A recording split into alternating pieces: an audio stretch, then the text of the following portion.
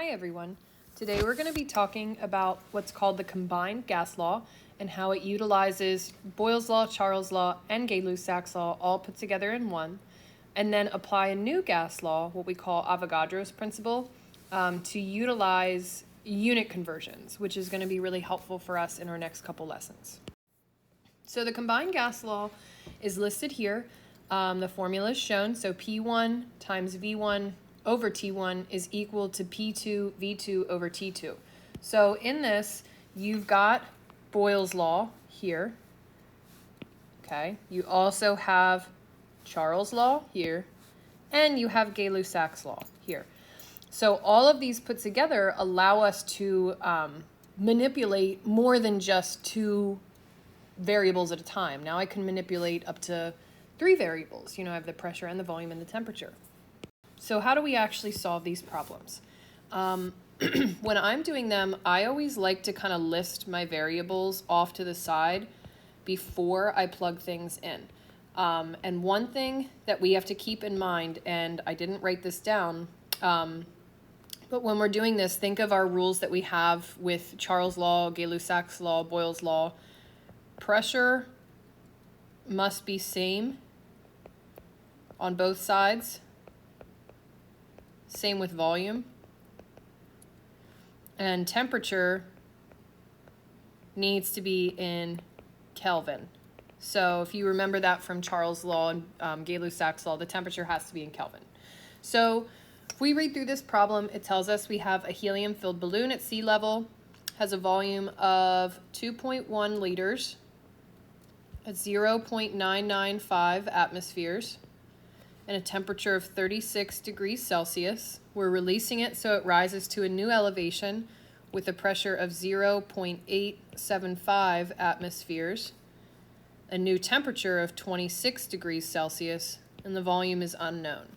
So I'm going to be solving for, this should be 2, sorry about that. I'm going to be solving for V2 here.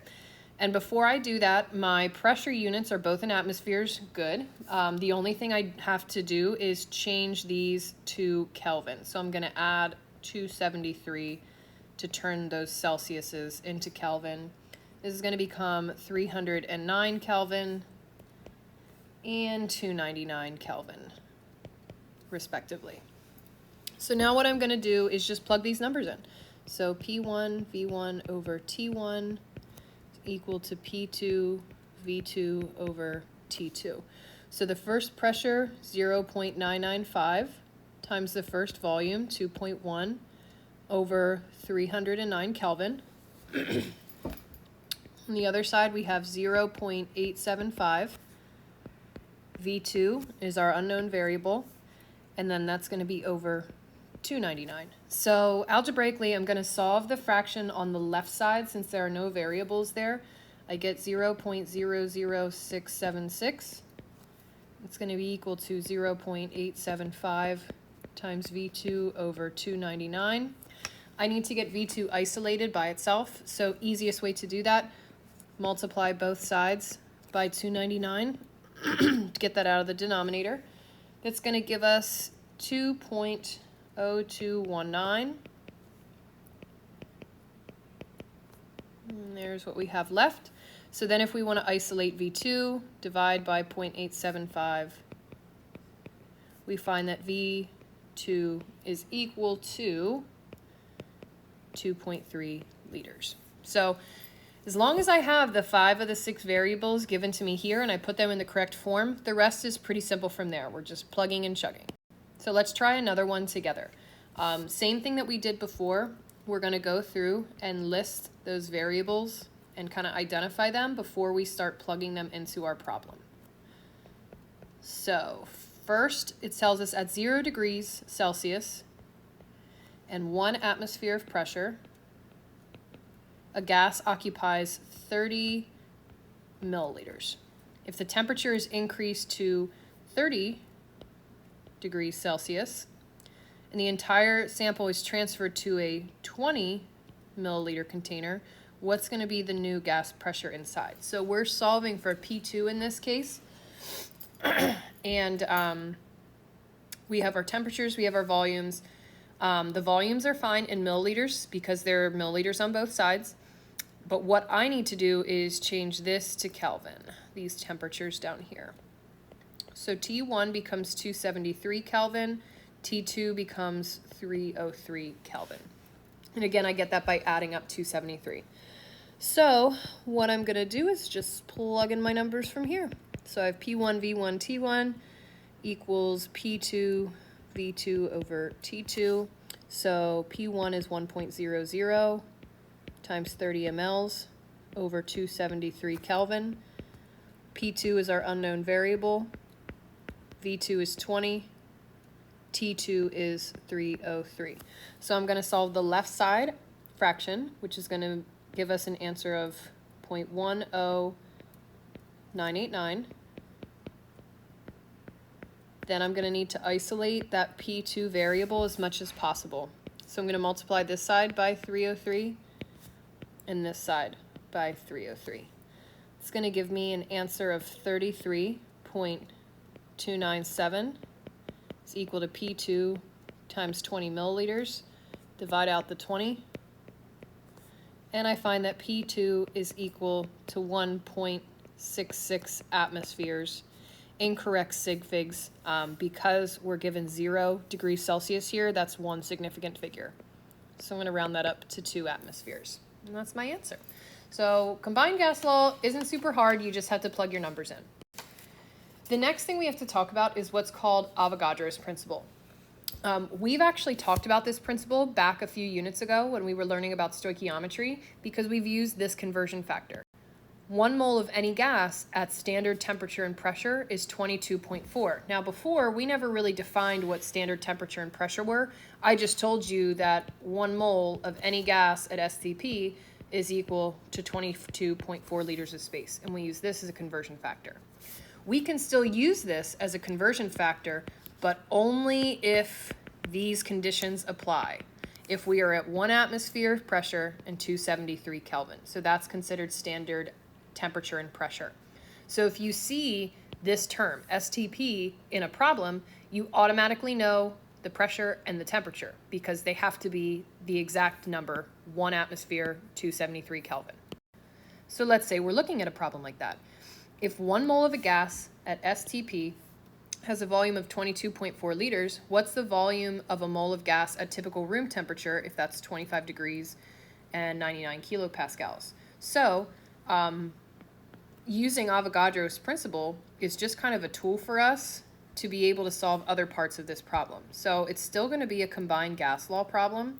The only thing now is there weren't any initial, so we don't have our initial pressure and our initial temperature, but we do because that's standard temperature and pressure, which tells me it's 1 atmosphere and 273 Kelvin. So I want to figure out what the new volume is going to be. So that's going to be my unknown. The new pressure is going to be 99 kilopascals, and the new temperature, 25 degrees Celsius. So what we want to do is convert through that and solve for our V2. So before I do that, I want to get everything in the correct units. There's a couple different ways you can do this. You could look at these pressures and turn them both into atmospheres or both into kilopascals. I'm going to turn them both into kilopascals because 1 atmosphere is the same as 101.325 kilopascals. That's the conversion factor. So that's a little bit easier to convert, and then I don't have to do as much work. I also have to convert this temperature to 298 Kelvin because we want to make sure we're in Kelvin. And we're just going to plug in our numbers from there. P1 V1 over T1 is equal to P2 V2 over T2. So our first pressure, we're going to put that 101.325 atmospheres times 22.4 all over 273. On the other side, we have 99 times V2 equals 298. So what I'll do is multiply the stuff on the left, figure out what that's going to be equal to, which is 8.351. This is equal to 99 V2 over 298. So I need to get V2 by itself, multiply both sides by 298. We get 2,488.59 here.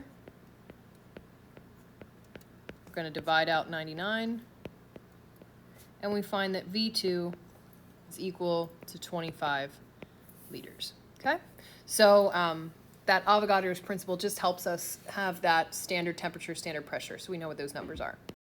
The other way that we can use that Avogadros principle, where 1 mole is equal to 22.4 liters, is in unit conversions. So if we know we're at STP, we know that we can use that unit conversion.